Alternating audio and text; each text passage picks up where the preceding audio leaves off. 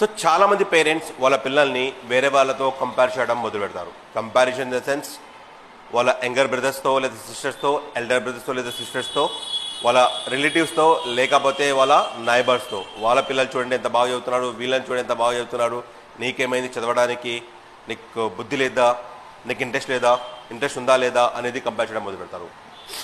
But వాస్తవం చెప్పాలంటే వాళ్ళకు ముందే ఎడ్యుకేషన్ మీద ఇంట్రెస్ట్ అవడం లేదు. ఎందుకంటే సబ్జెక్ట్స్ అనేది వాళ్ళకు అర్థం కావడం లేదు. ప్రతిసారి పేరెంట్ అబ్బాయి ఎందుకు చదవడం లేదు, ఆ అబ్బాయికి ఎడ్యుకేషన్ మీద ఎందుకు ఇంట్రెస్ట్ రావడం లేదు, అసలు వాడికి లేదా ఆమెకు తనకు ఆ సబ్జెక్ట్ అర్థం అవుతుందా లేదా అనేది ఏ పేరెంట్ గెస్ చేయరు. అండ్ చాలామంది పేరెంట్స్ ఏమంటారంటే, సార్ మేము ఆ పిల్లల్ని కూర్చోబెట్టుకొని ఇంట్లో చదివిస్తాము కానీ మా మాట అస్సలకి వినడు. ఒకటి, కొంతమంది parents 7th class 10th class లేదా ఇంటర్మీడియట్ చదివింటారు. వాళ్ళు పిల్లల్ని పిలుచుకొని కూర్చొని వాళ్ళని చదివిస్తారు. పేరెంట్స్ పిల్లలకి ఆల్రెడీ తెలిసిపోయింది మీ ఎడ్యుకేషన్ తక్కువ అని చెప్పేసి. అక్కడ పేరెంట్స్ మాట ఒక స్టూడెంట్ ఎప్పటికీ వినడు. ఎందుకు అంటే తన పిల్లల్ని చదివించేటప్పుడు ఒక టీచర్లా మారిపోతారు. గుర్తుపెట్టుకోండి, a parent can never be a teacher to the child. A parent can be a teacher, but to teach values, ethics, life skills, good or bad, about the society. But when it comes to education, a parent can never be a teacher. Vice versa, a teacher can never be a parent. ఒక teacher కేవలం education మాత్రమే చెప్పగలడు, ఒక parent ethics and values మాత్రమే చెప్పగలరు. కూర్చోబెట్టి చదివించడం మొదలు పెడతారు. అక్కడ మీరు 1కి 2 సార్లు చెప్పడం మొదలు పెడతారు.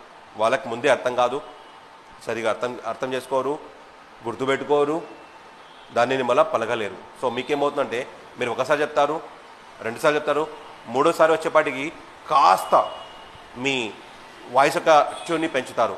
4ఓసారి గట్టిగా అరవడము, 5ఓసారి ఒకటి కొట్టడమో లేకపోతే వాళ్ళని గెదిరించుకోవడమో జరుగుతుంది. వాళ్ళ మీద ఒక పేరెంట్ టీచర్లా మారినప్పుడు ఒక చైల్డ్ ఒక స్టూడెంట్లా మారిపోతాడు.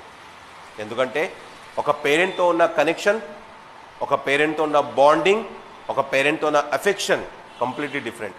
ఎప్పుడైతే మీరు ఎడ్యుకేషన్ మీద వాళ్ళకి ప్రెషర్ చేస్తారో అక్కడ వాళ్ళకు క్లారిటీ వచ్చేది ఏంటంటే, మా పేరెంట్స్ ఎడ్యుకేషన్ పరంగా ఎంత స్ట్రిక్టా అనేది ఒక మైండ్లో వచ్చేసింది.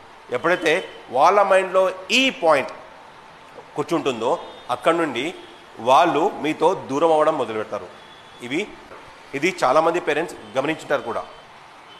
సో నేను చెప్పేది ఏంటంటే, ఒక పేరెంట్ ఒక టీచర్లా కాకుండా ఒక పేరెంట్లా ఆలోచించి వాళ్ళకు ఒక మంచి ట్యూషన్ సెంటర్లో జాయిన్ చేయించండి. చాలామంది పేరెంట్స్ ఏమంటారంటే, మా అబ్బాయి వినడం లేదు సార్, మా అబ్బాయి ట్యూషన్కి వెళ్ళడం లేదు, మా అబ్బాయి మా మాట వినడు. ఒక పాయింట్ నేను చెప్పేది ఏంటంటే, ఇంత చిన్న వయసులో మీ అబ్బాయి మీ మాట వినడం లేదంటే మీరు ఆ అబ్బాయి మాట ఎందుకు వింటున్నారు? It is your responsibility to teach him, it is your responsibility to make him study. అంతేగాని మా అబ్బాయి వినడం లేదు సార్, మా అబ్బాయి మొండిగేస్తున్నాడా? మీ మాటలకే, ఈ వయసులో మీ మాటలకే మొండిగేస్తున్నాడంటే మన ప్రపంచం గురించి ఆలోచించండి. సో వాళ్ళని గైడ్ చేయండి, ఒక ట్యూషన్ సెంటర్లో వెళ్ళి వదిలేయండి.